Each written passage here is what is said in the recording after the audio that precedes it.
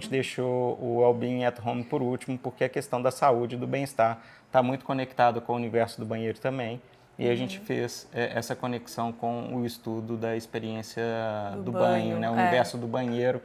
Conta pra gente, igual a gente fez lá, um pouquinho da metodologia. Como é que foi essa metodologia da experiência do banho? Isso. A experiência do banho, ela já foi uma pesquisa qualitativa, né? Onde a gente elegeu, claro, um público. O nosso objetivo com a pesquisa era identificar pontos de inovação, né? Oportunidades de inovação para as nossas marcas. Então, a gente acabou elegendo uma classe. Dentro dessa classe, a gente dividiu em multigerações, né, multi-estilos, então nesses 22 formatos de casas, e a gente então atuou, né, com uma amostra que envolveu famílias grandes, famílias solos, casais novos, casais mais velhos, pessoas mais idosas, com filhos pequenos, filhos adultos, filhos adolescentes, do interior, da área urbana, justamente para a gente conseguir entender como que é a experiência das pessoas, quais são as rotinas e o que é relevante, o que era relevante, né, para esses diferentes estilos de públicos dentro desse espaço do banheiro. Nosso objetivo era entender mais qual era a experiência do banho, né? Mas para isso a gente tinha que entender também as rotinas que aconteciam dentro desses espaços. Então essa foi o grande caminho, né? Foram pesquisas análises em profundidades, né? A gente visitou as casas, então foi tanto um exercício de entrevistas com as pessoas, mas também de observação, né? É um misto de ações que a gente faz nesses locais, onde a gente foi um antropólogo, né? Uma pessoa da nossa equipe também, para fazer todo esse processo de observação, e ali a gente olhava o que as pessoas faziam, qual era a composição, quais eram as organizações, qual eram os anseios, aí muito no próprio discurso a gente buscava encontrar isso, né? Quais eram os principais objetivos e anseios e dificuldades desses lares para determinadas necessidades, e dali a gente fez, claro, uma interpretação, não, uma grande organização desses conteúdos, né, para direcionar aí novos insights de produtos e de inovações. Uma pesquisa tipicamente antropológica, Total, né? Então, não só de entrevista em profundidade, de conversar, de entender um pouco da realidade, mas também de muita observação, porque as pessoas às vezes falam conosco sem se comunicarem verbalmente, né? Então, esse é um tipo de pesquisa que a gente gosta de fazer, porque a gente, de fato, entra na casa das pessoas, vê a realidade da casa delas. Quando elas falam que gostam de tomar um banho porque é um banho confortável, a gente consegue ir lá ver o chuveiro, a ducha, o que ela está chamando de confortável. E a gente fez também um registro aqui também extenso, fotográfico, de vídeos, né, dessas conversas, dessas visitas que a gente teve. Exatamente. E a gente teve alguns achados também, algumas surpresas, né?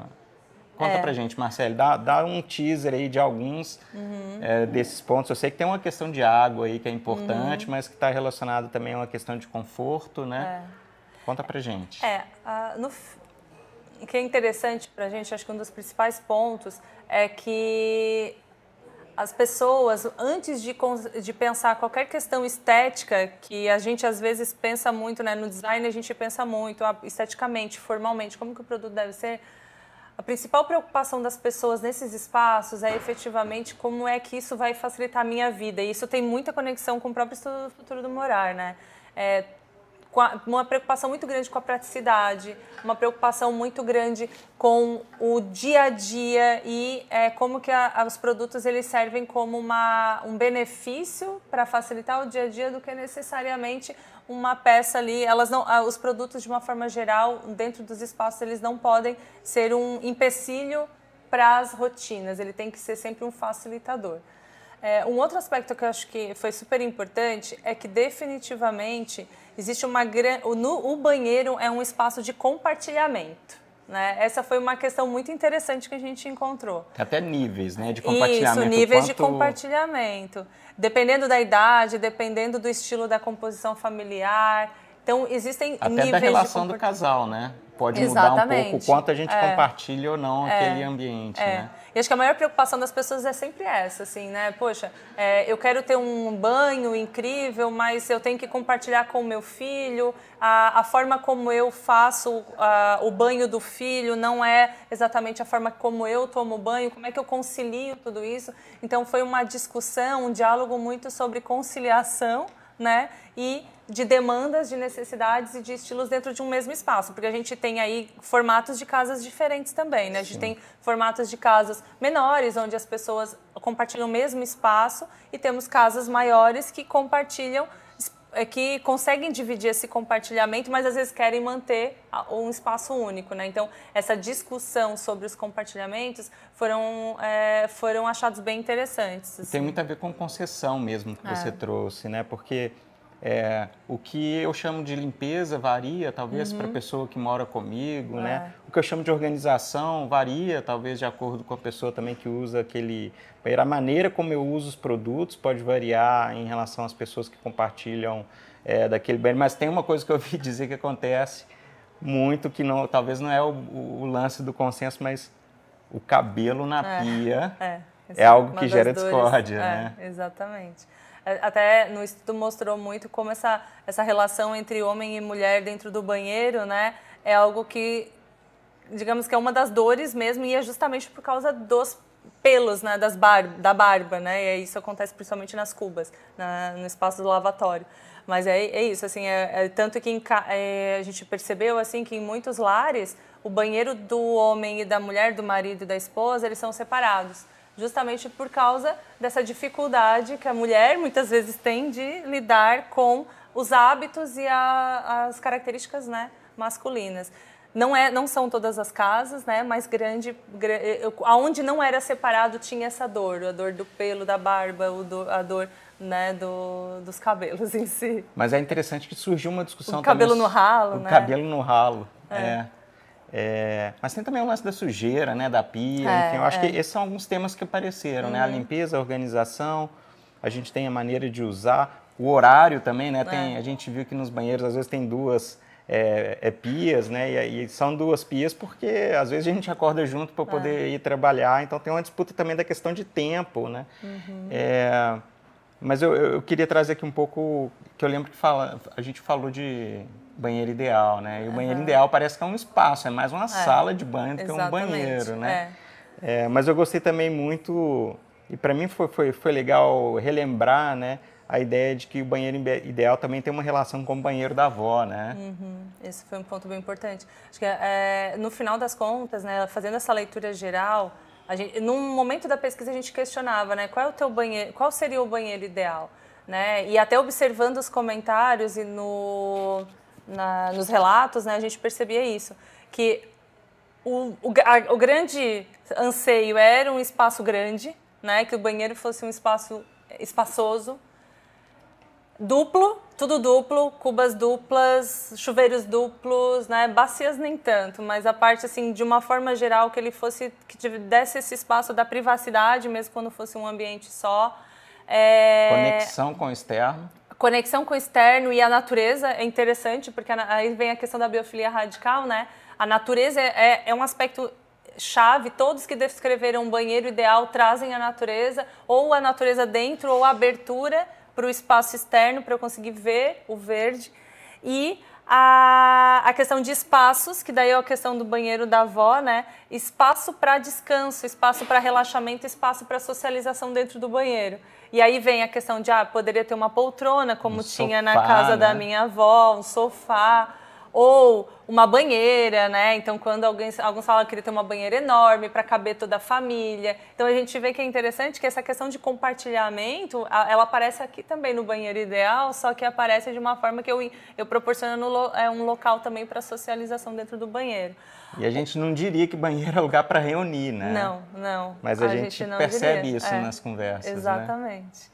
Então, acho que é um pouco isso, né? O banheiro, muito menos uma preocupação com a estética, mas muito mais preocupado. A questão estética tem, mas aí é uma conexão com o natural. Né? Se a gente for falar assim, o banheiro ideal, qual é a estética do banheiro ideal? É o natural, essa relação com a natureza também através dos materiais, né? Teve até uma das entrevistadas que tinha esse banheiro ideal na casa dela e ela falou assim, não, eu me inspirei num hotel, em Bali, né? Enfim, ela tinha essa oportunidade.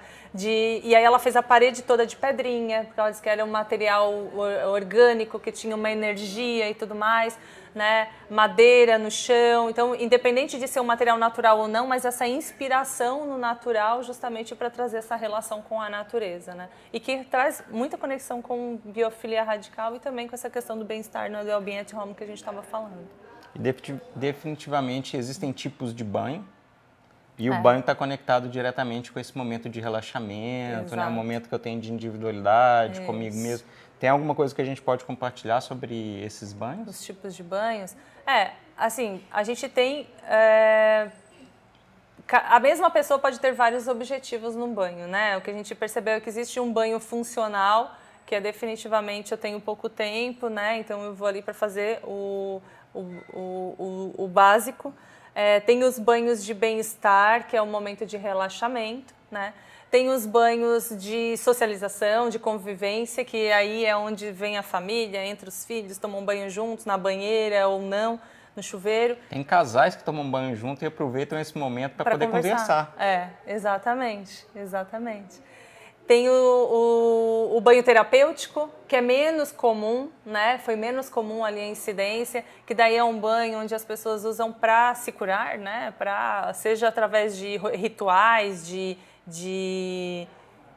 rotinas mesmo de bem-estar, de beleza, mas também somente a própria água sendo utilizada como esse elemento de relaxamento, né? Mas acho que foram principalmente esses banhos, assim. E foi interessante entender que, aí vamos lá, né? As faixas. Os adolescentes têm uma tendência muito forte para o banho do bem-estar, por exemplo, né?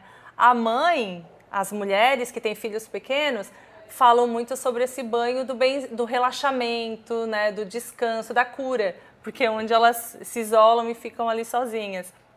Né? É escapismo, casais mais jovens, né? É meio escapismo. Os casais mais jovens, esses banhos de compartilhamento. Então, não que tenha uma tendência, porque como foi uma pesquisa qualitativa, né, a gente tem insights e hipóteses aí, né?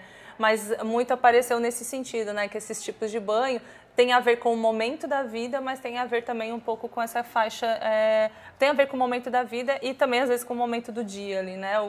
A carga que a gente tem de estresse ou de relaxamento que eu busco e do tempo que eu tenho também.